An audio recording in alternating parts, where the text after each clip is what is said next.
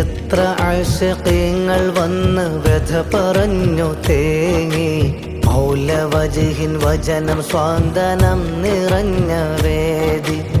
എൻ്റെ മിഴികൾക്ക് മറയുള്ള നേരത്ത് എങ്ങനെ കാണും പരിപൂർണ റഹ്മത്ത്.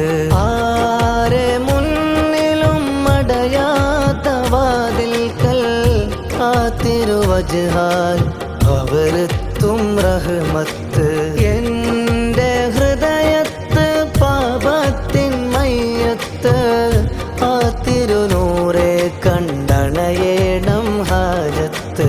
മൗല മൗല റൂഹിൻ പിതാവേ, വേണ്ടൻ ജസദില്ലങ്ങില്ലാത്ത ജീവൻ.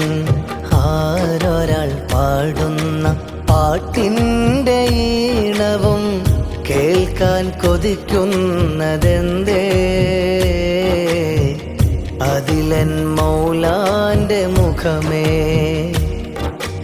എൻ മിഴിയിൽ കാണുന്ന കാഴ്ചകളോരോന്നും കാണാൻ കൊതിക്കുന്നതെന്തേ?